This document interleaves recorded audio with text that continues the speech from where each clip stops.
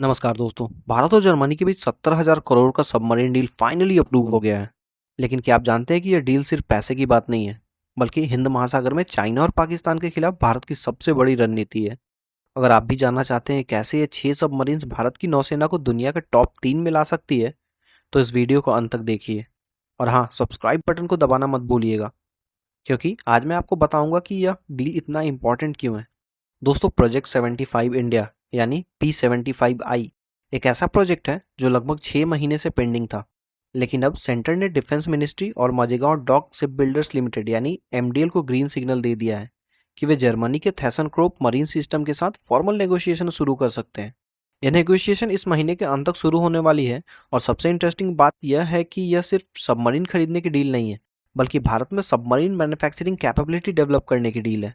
अब बात करते हैं आखिर ये सबमरीन कितनी एडवांस होगी।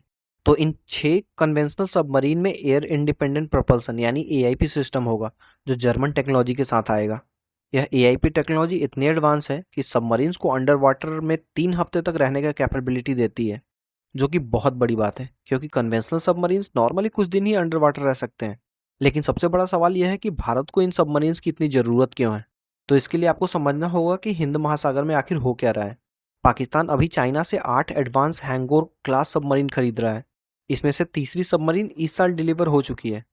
यह सबमरीन बहुत ही एडवांस है और पाकिस्तान की नेवल कैपेबिलिटी को सिग्निफिकेंटली बढ़ा रही है। दूसरी तरफ चाइना ने 2008 से इंडियन ओशन में अपनी प्रेजेंस सिग्निफिकेंटली बढ़ाई है और अपनी कैपेबिलिटीज इस्टेब्लिश की है। चाइना अपनी बेल्ट एंड रोड इनिशिएटिव के तहत इंडियन ओशन में स्ट्रैटेजिक पॉइंट्स पर बेसिस बना रहा है।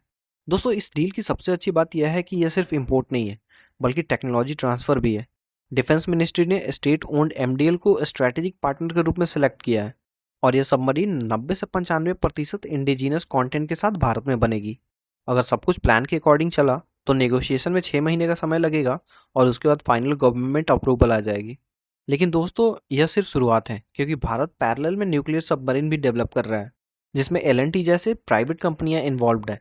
करंटली भारत के पास लगभग 16 से 18 सबमरीन्स हैं, जिसमें से 4 सीसोमर क्लास जर्मनी के कोलेब्रेशन से, 8 किलो क्लास रसिया से और 4 कलवरी क्लास है। लेकिन प्रॉब्लम यह है कि अगले डेकेड में 10 सबमरीन रिटायर हो रहे हैं, इसलिए यह P75I प्रोजेक्ट बहुत ही क्रिटिकल है।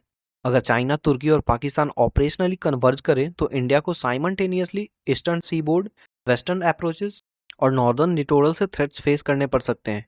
यह सिनेरियो इंडियन आर्मी को अपनी फोर्सेस को स्प्लिट करने पर मजबूर कर देगी। यह 70,000 करोड़ रुपए का डील न केवल डिफेंस कैपेबिलिटी को बढ़ाएगी, बल्कि भारत में सबमरीन मैन्युफैक्चरिंग इकोसिस्टम भी डेवलप करेगी, जो कि फ्यूचर में एक्सपोर्ट अपॉर्चुनिटीज भी क्रिएट कर सकती है। लेकिन दोस्तों, यहाँ एक बहुत बड़ा सवाल है। जब भारत के पास इंडिजिनस सबमरीन डेवलपमेंट की कैपेबिलिटी है, तो हम फिर जर्मनी पर डिपेंड क्यों कर रहे हैं। डिफेंस एक्सपर्ट्स का कहना है कि Bharat fully indigenous P76 development pursue कर सकता था।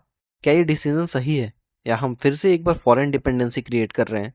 कमेंट में बताइए आपको क्या लगता है कि भारत को जर्मन सबमरीन्स लेनी चाहिए या फिर कंप्लीटली इंडिजिनस डेवलपमेंट करनी चाहिए।